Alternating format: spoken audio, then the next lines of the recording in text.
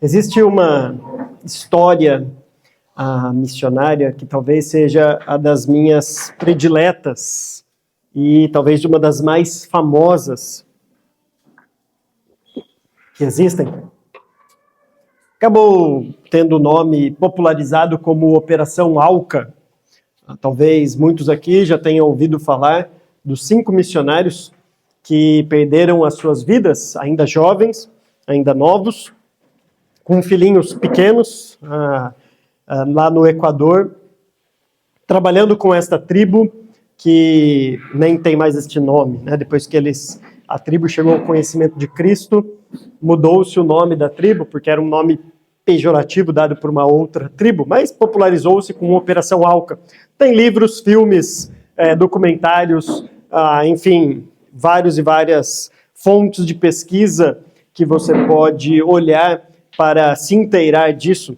E eu sempre gostei muito desta história, por diversos motivos. Primeiro, porque 2 desses missionários são do movimento dos irmãos, e aquele bairrismo, né, de vez em quando é bom, e é sempre bom ver ali missionários trabalhando no pioneirismo entre os índios, e 2 deles eram do nosso movimento, entre eles o Jim Elliot, que talvez seja um dos mais famosos ali daquela história.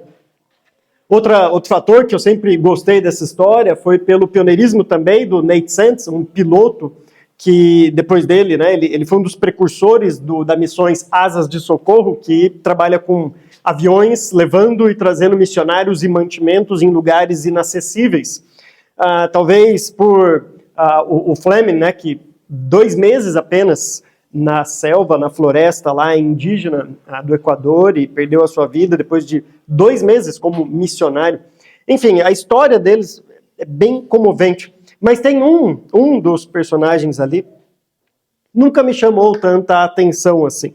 E este ano eu revisitei mais uma vez essa história por meio de um livro, e neste livro dava mais detalhes da vida de Roger Yoson. Roger Yoson é um destes 5 missionários, e ele estava passando por um momento difícil da sua vida.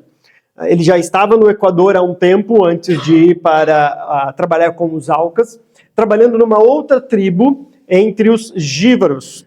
É uma tribo que se você tem curiosidade aí, né, e pesquisar, eles têm uma prática de encolhimento de cabeças. Depois dá uma pesquisada, para você ver aí que é curioso esta prática que eles possuem quando aprisionam algum inimigo, ou quando também pega algum tipo de animal, essas coisas. Depois virou um comércio isso, mas era uma crença deles ali e tudo mais. E o Roger estava trabalhando nesta tribo já há 2 anos. Isso nós estamos falando de 1953, quando ele chegou ali. 2 anos trabalhando naquela tribo. E Roger passou por aquilo que muita gente passa quando exerce o seu cristianismo. Não precisa ser um missionário numa tribo, mas qualquer um que vive de fato o cristianismo já compartilhou a sua fé com alguém. E ao compartilhar a sua fé com alguém, encontra muitas vezes rejeição. Deus nos salva, transforma as nossas vidas, nós ficamos tão empolgados sabendo o que Deus pode fazer na vida de outras pessoas, familiares, amigos, vizinhos. A gente fica tão animado dizendo, você precisa de Cristo, e o que a gente ouve é rejeição. Nem sempre é fácil lidar com estas coisas. E Roger Yoderin estava pensando em voltar para os Estados Unidos, seu país natal, diante desta rejeição. Estava havendo uma espécie de crise ministerial, até que então ele é convidado para ir até essa tribo, para juntar este grupo, né, os outros 4, e então começa o contato com essa tribo, que era uma tribo selvagem, os Aucas, que depois meio que passam a perna neles, né, começam a fazer contato amistoso com os missionários para depois matar os 5 por meio de lanças. Enfim, depois você lê a história, que vale muito a pena. Mas o que Roger passou é o que, de fato, muita gente passa, muito cristão. Talvez você já tenha passado por isso, você já tenha sido rejeitado, ou por ser um cristão, ou por trazer uma mensagem, a mensagem do Evangelho. E é exatamente sobre isso que Marcos está tratando deste grande bloco que nós iniciamos na semana passada com a pregação do Ulisses. Abram lá em Marcos. Evangelho de Marcos. Mateus já falou quem é o nosso personagem hoje na abertura aqui do culto, na condução do culto. Nós vamos para Marcos capítulo 6, a partir do versículo 14. Marcos 6, a partir do versículo 14. Lembra que depois de uma rápida introdução e uma rápida abertura, uma apresentação do Evangelho de Jesus Cristo, de quem é Cristo, quem é este Evangelho, por meio do seu batismo, da sua tentação, mas de maneira muito curta. Depois disso, Marcos passa, a partir do versículo 14, ali do capítulo 1, por um bloco que é o seu comissionamento do servo. Quem Cristo vai convocar e vai chamar para estar perto de si. E você lembra que ele se afasta então dos fariseus, ele se afasta da multidão, ele vai se afastando dessas pessoas, e toda vez que ele se afasta, ele traz para perto de si os discípulos, chama para perto de si esses discípulos. Isso vai até o finalzinho do capítulo 3. Do capítulo 4, então, até o capítulo 5, esses 2 capítulos, mostra que mensagem os discípulos deviam pregar. A mensagem do reino. Lançar a semente, essa era a tarefa de um discípulo, essa é a tarefa do semeador, deixando que o resultado Deus aqui trará, e também sabendo que este reino será vitorioso, o reino vai progredir. Lembra daquela parábola do grão de mostarda? Pode parecer insignificante, mas logo logo a árvore vai encher toda a terra. Então chega o capítulo 6, e parece... e a gente vai tratar disso nesta noite também, no final da mensagem, parece uma virada no tema aqui de Marcos muito esquisito. Porque imagina você lendo e passando por estes versículos, capítulo 4 e 5, e saindo destes capítulos com a certeza de que o reino é vitorioso, com a certeza de que a semente vai encontrar boa terra, com a semente de que o negócio vai prosperar. Você sai animado, você sai empolgado para pregar o evangelho, para anunciar, para lançar a semente realmente. Mas chega o capítulo 6 e a gente encontra Jesus Cristo sendo rejeitado na sua própria cidade, na sua própria região. A gente sai do capítulo 4 e 5 super empolgados para chegar no capítulo 6 e dizer, poxa, o próprio Cristo foi rejeitado na sua mensagem. E para piorar ainda, ou fazendo ainda mais coro com este banho de água fria, vem os versículos 14 até o versículo 29, que é o que nós vamos tratar hoje. João Batista, que já foi apresentado lá no começo, é agora decapitado.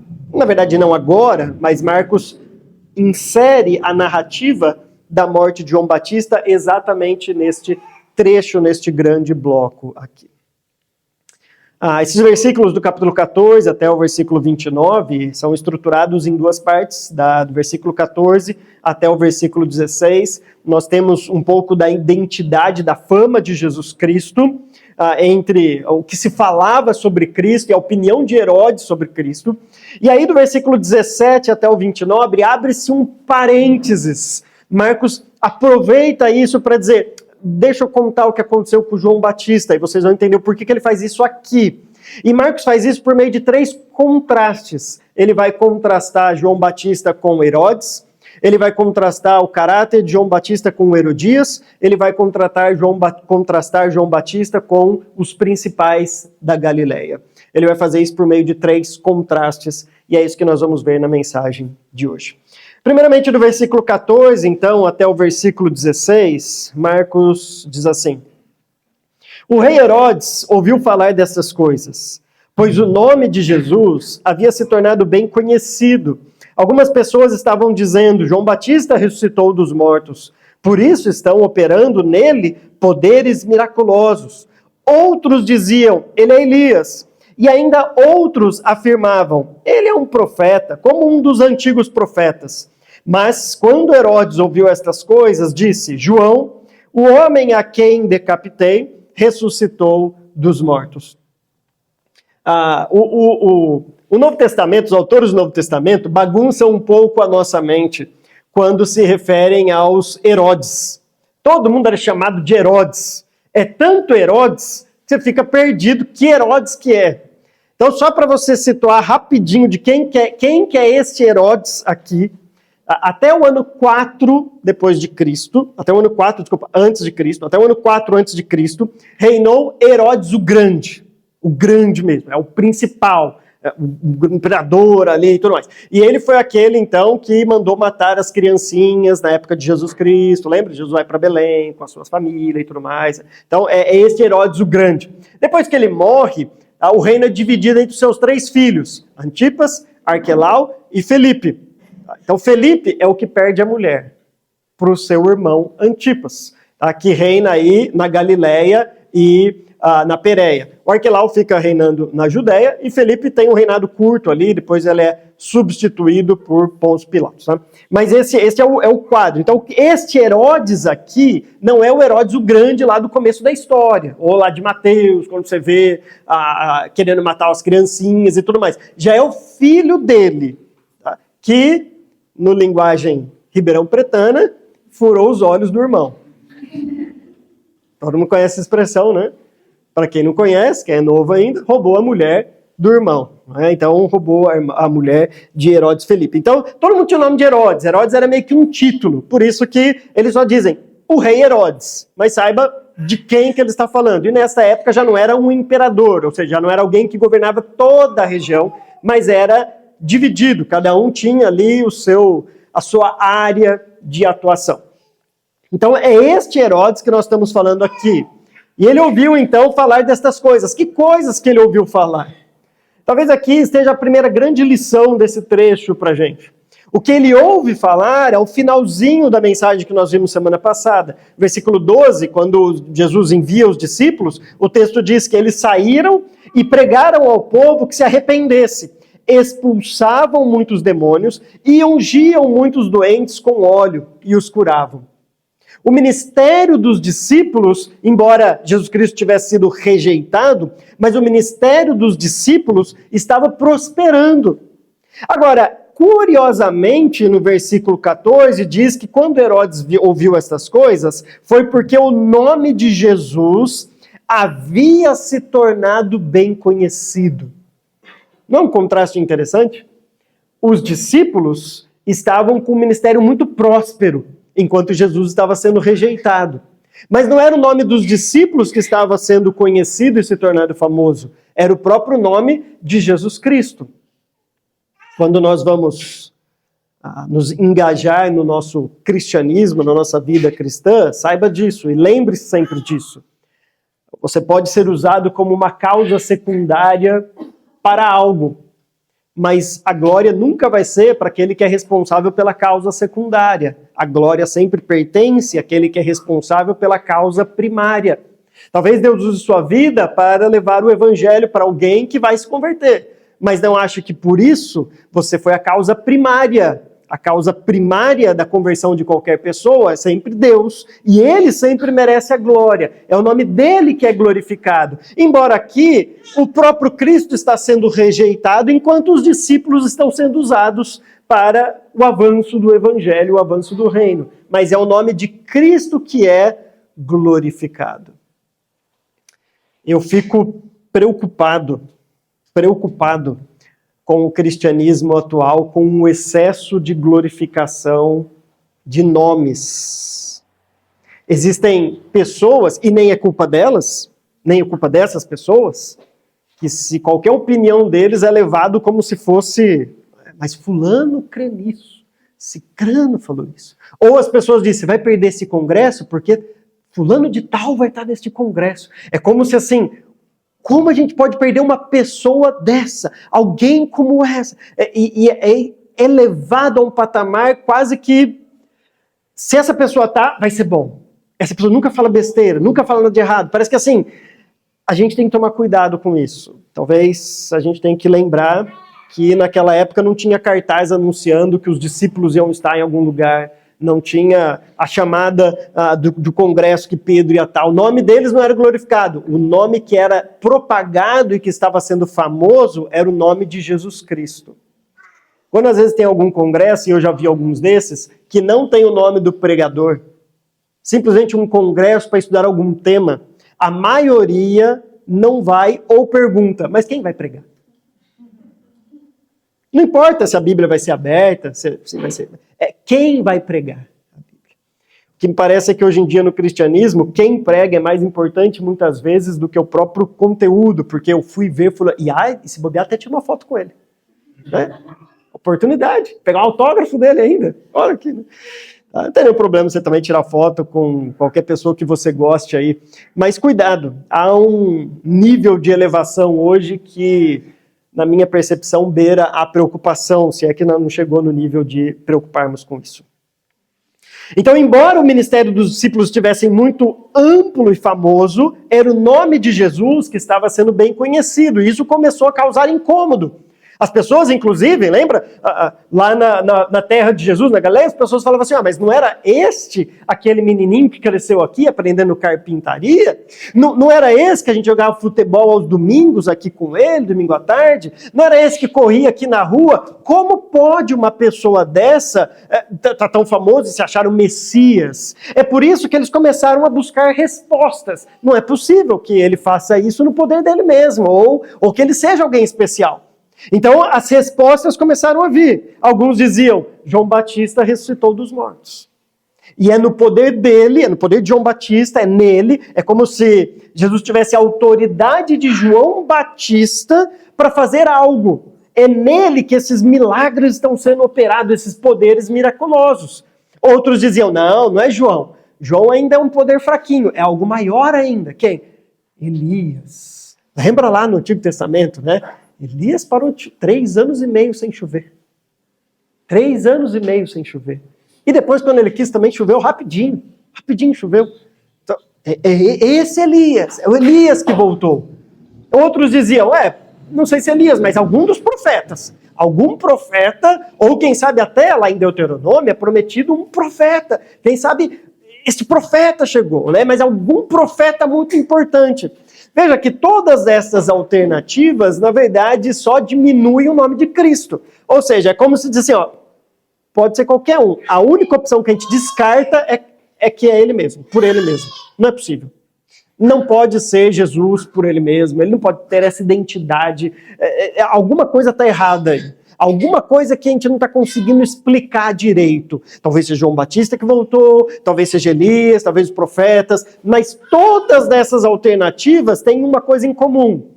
Negam que possa ser o próprio Cristo responsável por aquilo que de fato ele estava fazendo. Justamente por causa dessa rejeição que Jesus estava dando.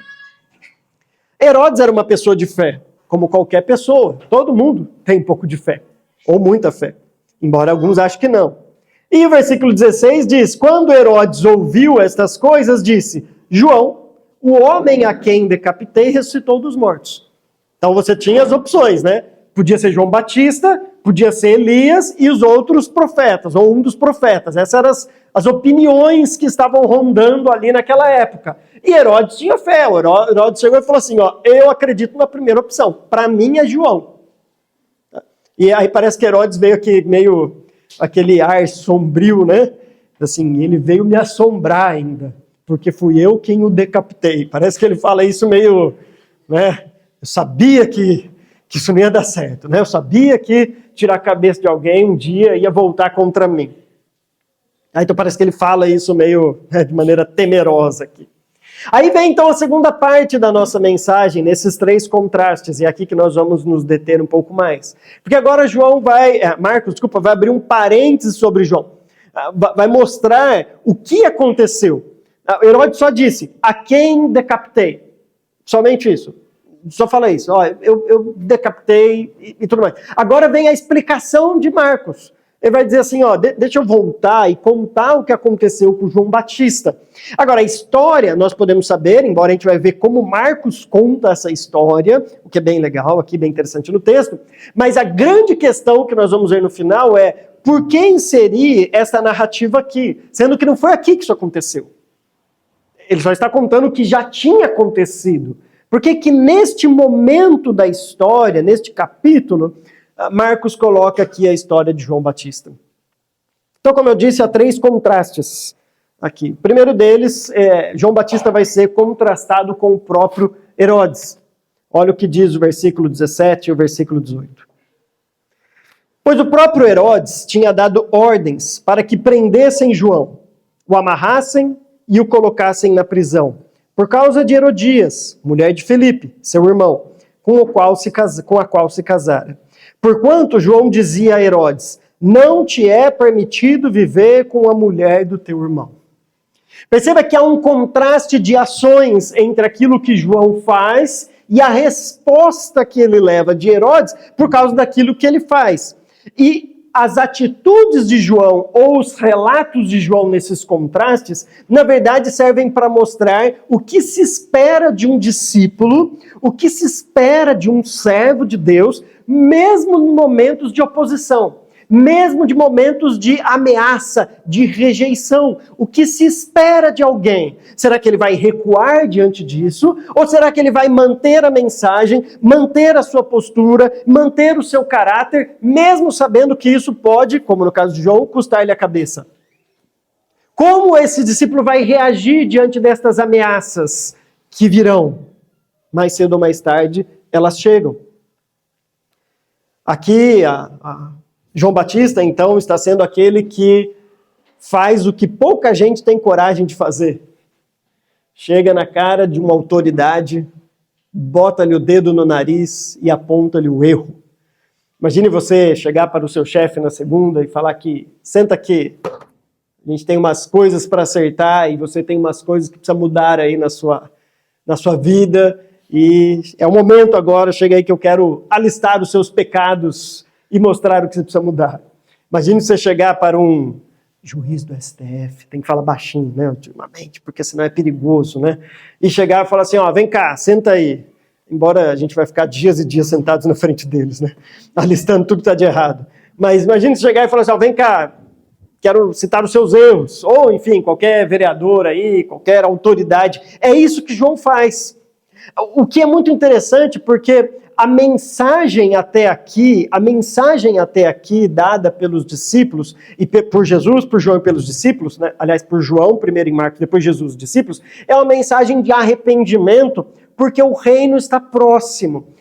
Pode soar para algumas pessoas isso como se, assim, a tarefa do cristão é simplesmente, como não simplista, assim, mas somente pregar o evangelho, e somente isso. Eu vou lá e falo do evangelho. Mas aqui João está pregando um arrependimento para alguém que não é salvo, para Herodes, de um erro que ele estava cometendo, não baseado simplesmente na lei romana, mas baseado nos próprios mandamentos de Deus. Não adulterarás. João está tomando por base aquilo que Deus falou e crendo que aquilo que Deus falou era o melhor não só para ele ou para aqueles que eram salvos, mas era melhor para toda a sociedade. Então ele chegou para Herodes aqui e disse, vem cá, você está pecando, você está fazendo algo que não é permitido fazer. Veja o que João está fazendo aqui, é o que todo cristão deveria fazer. Nós temos os nossos valores, nós temos aquilo que pauta o nosso pensamento, as nossas crenças, as nossas convicções. Eu espero, em primeiro lugar, que aquilo que pauta as suas crenças e as suas convicções seja a palavra de Deus, a Bíblia. E eu espero, em segundo lugar, que nós tenhamos coragem suficiente para defendermos aquilo que a Bíblia diz, não somente para a igreja, mas para a sociedade, como João está dizendo aqui. Porque nós sabemos que aquilo que Deus diz não é só bom para a igreja, mas é o melhor para toda a nossa sociedade. Então, quando nós dissemos, por exemplo, que somos contra o aborto, nós não estamos só dizendo assim, ó, olha, aqui na igreja, vamos tentar, por favor, gente, ninguém cometer um aborto, por favor, porque isso é melhor para a nossa igreja. Nós estamos dizendo que ir contra o aborto é melhor para a nossa sociedade. E é bom que a sociedade não legalize esse negócio chamado aborto. É isso que João está dizendo. João saiu da sua comunidade ali próximo ao Rio Jordão e agora foi lá na corte de Herodes falar o que estava errado. João não está dizendo mais só para o seu círculo ali de crentes, que todo mundo cria naquelas coisas e todo mundo estava pronto para colocar a palavra de Deus em prática. Agora João está indo lá no inimigo dizendo, aquilo que nós cremos é o que você deveria fazer também ao governar a nossa sociedade. Tem muitos cristãos que não fazem isso. Tem muito cristão que não tem coragem de levantar aquilo que a Bíblia defende e dizer claramente para a nossa sociedade. Nós continuaremos a defender as coisas que a Bíblia defende. E é isso que João está fazendo.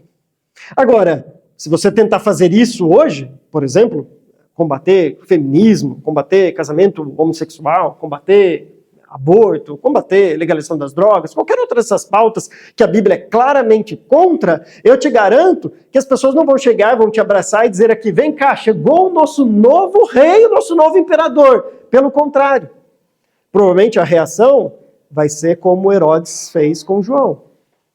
Herodes tinha dado ordens para que prendessem João, o amarrassem e o colocassem na prisão. O que a gente faz diante de uma reação dessa? Como a gente se porta diante de uma rejeição tão grande assim? Você imagina ter a sua voz calada? Encarcerada? Será que vale a pena ser preso e continuar dizendo essas coisas? Alguém talvez hoje chegaria assim, João, você está sendo radical demais. João, vai pregar para a sua igreja ali no Rio Jordão. Tem uma comunidade toda querendo te ouvir. João, você pode ser crente domingo à noite. Vai lá para a igreja. Deixa Herodes em paz. Herodes faz o que quiser com a vida dele. Herodes não é crente. João, para com essas coisas. Talvez muitos hoje falariam isso para ele. Como falam hoje. Essas coisas é para crente. Bobeira ficar falando isso fora. As pessoas vão gostar de você. E vão dizer, ok, você pode ser cristão, defende suas coisas lá, deixa que a gente defende as nossas aqui, a gente cuida da sociedade, você cuida da sua igreja ali, e fica tranquilo, mas não é isso que João faz. O que João nos ensina é que a mensagem do reino, ele extrapola estas 4, no caso aqui mais, paredes. E ela é levada para toda a sociedade, e é assim que nós devemos ser como discípulos de Cristo. Mas não espere nada diferente do que uma reação como essa. João Batista, então, é preso, amarrado e posto numa prisão. Segundo contraste que vai aparecer aqui no versículo 19, é com Herodias. Versículo 19. Assim, Herodias, que era mulher de Filipe, agora é a mulher de Antipas, assim Herodias o odiava e queria matá-lo, mas não podia fazê-lo, porque Herodes temia João e o protegia, sabendo que ele era um homem justo e santo, e quando ouvia ficava perplexo, mesmo assim gostava de ouvi-lo. Herodes tinha mandado prender João, amarrado, mas não queria parar de ouvir. Gostava de ouvir. Ficava perplexo. E sabia que João era um homem justo e santo. Se o primeiro contraste mostrou o que se espera da proclamação de um discípulo, mesmo diante das rejeições que ele vai ter, o segundo contraste mostra o que se espera do caráter de um discípulo, mesmo diante das reações e da rejeição que ele vai ter. Porque mesmo com este caráter, alguém que era justo e santo, e Herodes sabia disso, mesmo assim, a mulher de Herodes, atual agora, queria matá-lo. Essa é a reação que João teve em relação a ele, essa é a rejeição que ele teve de Herodias, pelo fato dele ser justo e santo, alguém desejando a morte dele. É curioso isso. Alguém já disse, e eu não vou saber quem foi, porque é uma daquelas coisas que são tantas vezes ditas que você não sabe mais quem foi a primeira pessoa que disse isso, que o mundo não sabe o bem que a igreja faz para este mundo mesmo. Talvez um dia vão saber quando fomos retirados daqui e o que vai acontecer. Mas o mundo não sabe o bem de defendermos aquilo que nós defendemos. O bem que a igreja faz defendendo os valores cristãos. E o mundo deseja a morte da igreja, o fim da igreja, mesmo a igreja fazendo tanto bem. E quando eu falo deseja a morte, não estou exagerando, é só você olhar aí autores como Nietzsche, como Paul Sartre, como Freud, com tantos outros aí que vão dizer que O cristianismo é o atraso da sociedade. Quanto mais rápido acabar com esse negócio chamado cristianismo, mais a nossa sociedade vai decolar. Está lá nos escritos deles, é só você dar uma lida ali. Mesmo a igreja fazendo tanto bem para a sociedade, ainda assim, muitos desejarão a nossa morte. Talvez você não vai chegar um vizinho e dizer assim, eu queria que você morresse, mas no fundo, ele chega e fala assim, esse bando de crente que fica aqui me atormentando, e esse pessoal, é um incômodo quase que inexplicável que a gente causa nas pessoas realmente. Imagine alguém justo e santo.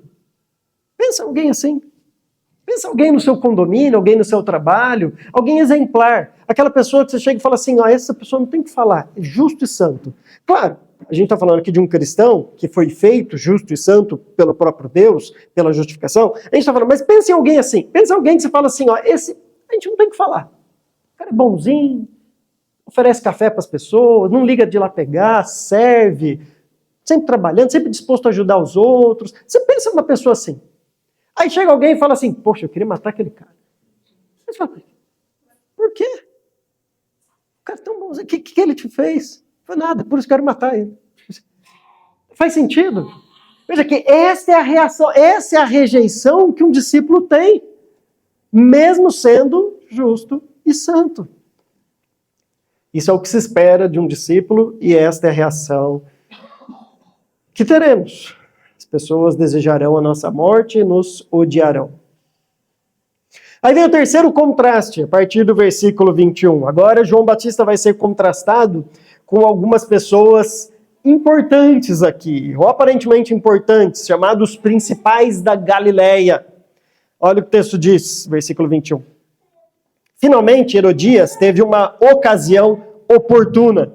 No seu aniversário, Herodes ofereceu um banquete aos seus líderes mais importantes, aos comandantes militares e às principais personalidades da Galileia. Se você abrisse a revista Veja naquela época, era esse povo que ia estar lá. Se você abrisse a coluna social de qualquer jornal, quando a gente ainda lia jornal, era esse pessoal que ia estar, as pessoas importantes daquela época, as pessoas que estavam lá, né, no topo da sociedade. Quando a filha de Herodias entrou e dançou, agradou a Herodes e aos convidados. O rei disse à jovem, peça-me qualquer coisa que você quiser, e eu lhe darei.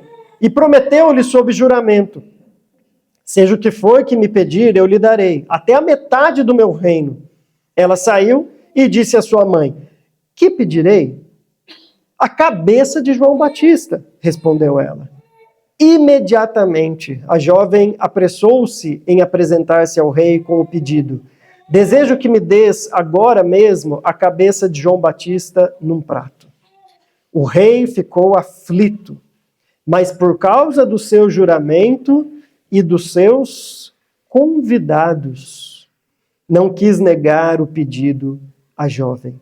Enviou, pois, imediatamente um carrasco com ordens para trazer a cabeça de João. O homem foi, decapitou João na prisão e trouxe sua cabeça num prato. Ele a entregou à jovem e esta a deu à sua mãe.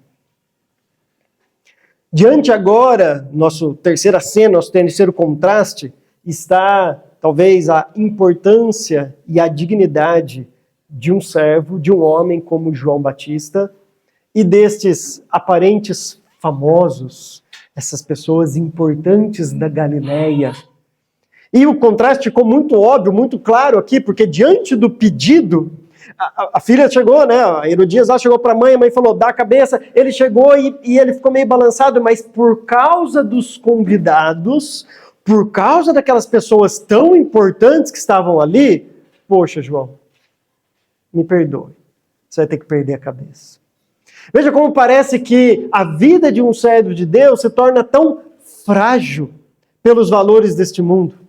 Parece que para agradar aqueles que aparentemente são os maiorais, alguém que de fato ali era importante aos olhos do reino de Deus, como João Batista, se torna alguém que não tem valor nenhum. E essa é a rejeição que nós vamos encontrar na nossa sociedade. As pessoas vão olhar e vão dizer assim, quem é você?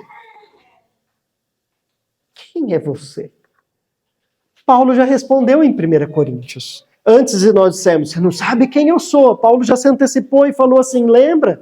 Deus não escolheu as coisas sábias desse mundo, pelo contrário. Deus escolheu aquilo que não é sábio para confundir a sabedoria deste mundo. Deus escolheu aquilo que é loucura para deixar esse mundo de cabelo em pé. Para deixar esse mundo assim, ó, como alguns pescadores, um cobrador de imposto, como pessoas como essa pode bagunçar tanto o mundo ali no primeiro século da história da igreja. Não foram os maiores, não foram os escritores, os pensadores, os filósofos gregos, não foram os pedagogos romanos, não foi todos aqueles guardas, não foi dos centuriões, não foi nada disso. Foram pessoas simples, que para o mundo, o que vale a cabeça de alguém como João Batista? Se eu tenho pessoas tão importantes sentadas num banquete aqui. Veja que o texto é narrado de uma maneira muito assim, imediatamente ele foi lá, o carrasco foi e trouxe a cabeça. Sabe uma coisa assim muito, muito simples de ser feito? Uma coisa assim sem valor, como se você diz assim, ó, pega lá um prato de comida, ele foi, pegou, trouxe aqui. Então, e parece que é narrado de uma maneira tão frugal assim, de maneira tão simples. Mas a gente está falando aqui de João Batista, que perdeu a sua cabeça por um motivo tão fútil como a dança de uma mulher. Mas essa é a rejeição que nós encontraremos. Agora, a história toda ganha um ar mais tenso, talvez assim, se você lembrar de quantas vezes, lembra que Jesus foi rejeitado na sua própria região, e ele já foi apresentado aqui, lá no capítulo 1, se você der uma olhada no capítulo 1, no versículo 9. Naquela ocasião, Jesus veio de Nazaré da Galileia. Depois, versículo 14, depois que João foi preso, então, historicamente é aqui que João é preso, lá ele só está contando a história de que aconteceu, né, quando João estava preso, Jesus foi para a Galileia, proclamando as boas novas de Deus. Lá no versículo 16, no versículo 16, andando à beira do mar da Galileia, Jesus viu Simão e seu irmão André lançando as redes, pois eram pescadores. Lá no versículo 28, as notícias a seu respeito de Jesus se espalharam rapidamente por toda a região da Galileia. E lá no versículo 39, então ele percorreu toda a Galileia pregando nas sinagogas e expulsando os demônios. Por que isso é importante? Se você olhar para Marcos, aparece João pregando o arrependimento. Depois, quando João é preso, Jesus vem na Galileia e prega o arrependimento. Eu lembro que eu preguei essa mensagem aqui, eu disse, a mensagem de Jesus era a mesma de João Batista, o arrependimento. Se você prestou atenção na mensagem de semana passada aqui do Ulisses, o que os discípulos pregam? Olha no versículo 12 ali. Eles pregam o arrependimento. Mas João Batista foi decapitado pregando o arrependimento. Jesus Cristo foi rejeitado na sua própria cidade pregando o arrependimento. Mas os discípulos, por enquanto, estão tendo sucesso. O que o texto quer mostrar? Calma. Não aguarde glória deste mundo. O verdadeiro discípulo de Cristo enaltece o nome de Cristo porque sabe que neste mundo não há glória para ele. Mais cedo ou mais tarde, a conta chega. Chegou para os discípulos. Leia o livro de Atos. Tiago foi o primeiro. Depois todos os outros. O último foi João. Mais cedo ou mais tarde, a conta chega. Tiago é morto por um outro Herodes, lá no comecinho do livro de Atos. Um outro Herodes. Mas é morto do mesmo jeito. Tiram-lhe a cabeça dele. Primeiro discípulo a morrer. O que o texto está mostrando é que a mensagem é a mesma. Arrependam-se. Mas se a mensagem é a mesma, aguarde. O resultado vai ser o mesmo. O que Marcos está mostrando aqui para a gente é que a gente tem que esperar rejeição. Talvez foi isso que Roger, na sua empolgação ali como missionário, se esqueceu. E estava tão deprimido e tão abalado por causa da rejeição. Mas, na verdade, este mundo é o mundo que vai rejeitar de fato o Messias. Obviamente, Deus faz milagres e transforma os corações, e a mensagem, ela é uma mensagem vitoriosa, e o reino vai propagar. E aí a gente entra nesse último contraste, como eu disse, do capítulo 4 e 5, do capítulo 3 e 4 e do 4 e 5 e o 6 em diante. De um lado você tem o reino avançando, do outro lado você tem rejeição. Este último versículo 29 diz assim: tendo ouvido isso, os discípulos de João vieram, levaram o seu corpo e o colocaram num túmulo. Fim. É um bom versículo para terminar uma história como essa? Porque o capítulo anterior não termina assim. O capítulo anterior termina com ressurreição. A filha de Jairo, lembra? Ressurreta. Talvez algum leitor de primeira viagem fale assim, bom, se Jesus ressuscitou a filha de Jairo, poxa, agora a gente está falando de João Batista. Vamos aguardar. Algo vai acontecer. Mas não acontece. Ressurreição não vem, por enquanto, para João Batista. A filha de Jairo, o capítulo termina com ela ressuscitar. Jesus tem poder sobre a morte. O capítulo provou isso. Jesus Cristo tem poder sobre a morte. Mas não significa que vai ser agora. Não significa que a vitória vem agora. Para João Batista, foi somente a morte, o túmulo, e nada mais que isso naquele momento. Agora, pode parecer um contraste, mas lembre, a rejeição que nós sofremos não significa que o reino de Deus perdeu. A vitória do reino de Deus independe das pequenas rejeições que podemos sofrer na nossa sociedade. Talvez você pregue para 30, 40 pessoas durante sua vida toda e ninguém se converta. Não acho que por isso o reino de Deus, e agora? Será que a profecia vai? Será que o grão de mostarda vai ser uma árvore que enche toda a terra? Porque eu estou pregando para minha família e não há conversão. Eu estou pregando para a cidade e não há conversão. E essa foi a dúvida ali do Roger naquele momento. Eu passei 2 anos, ele ficou 2 anos entre as tribos do Gívaro, e o que ele encontrou foi rejeição. Ou pessoas que disseram que tinham se convertido, mas que continuavam com o cristianismo e mais um monte de crendices que os índios têm. E eles olhando aquilo, falaram assim, cadê aquela conversão verdadeira? Parece que falhou. Não falhou. As nossas rejeições não significam que o reino de Deus perdeu, que o reino de Deus não vai crescer. E aí entra algo meio paradoxal na história da igreja. Não faz muito sentido, por isso que é paradoxal. Porque na história da igreja, nos planos de Deus, é justamente o contrário. É quando aparentemente se perde que se ganha. Por isso que Tertuliano de Cartago escreveu: o sangue dos mártires é a semente do evangelho. Ele escreveu isso dizendo assim, tenta matar os crentes. Mata. E eles estavam mesmo matando no começo da história da igreja. Mata os crentes. Quanto mais se matava crente, o que acontecia? O cristianismo crescia. Você fala assim, matamos o bispo da cidade tal, matamos o presbítero da cidade tal, vencemos. Começa a crescer o evangelho. Matamos João Batista. Começa a crescer tudo. As aparentes rejeições que nós temos ali, na verdade, é a semente do evangelho sendo plantada. É só ver a história dos Aucas. 5 jovens que perderam a sua vida.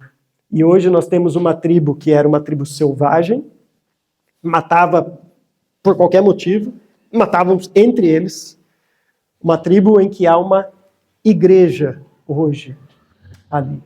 Milhares de vidas ao redor do mundo foram despertados para missões e para consagração, para salvação, por causa do testemunho desses 5 jovens que morreram ali naquela tribo. Durante essa semana, você vai voltar para as suas atividades normais, diárias. Se você for um discípulo como João Batista, você vai continuar buscando a santidade, ver uma vida santa, justa diante de Deus. e você vai propagar. Você vai falar da mensagem, vai contar a sua conversão, contar o seu testemunho, falar daquilo que transformou a sua vida, de quem transformou a sua vida. Talvez Deus tenha misericórdia de você e essa mensagem encontre um terreno bom. Aquele bom solo que propaga. Mas se encontrar rejeição, talvez um não na sua frente, uma porta se fechando, o que a gente faz diante disso? Espero que Deus nos dê a perseverança de João Batista. Se tivermos que perder a cabeça, a gente continua, mesmo diante de uma rejeição tão grande como a gente teve aqui. Que Deus nos ajude, irmãos. Amém.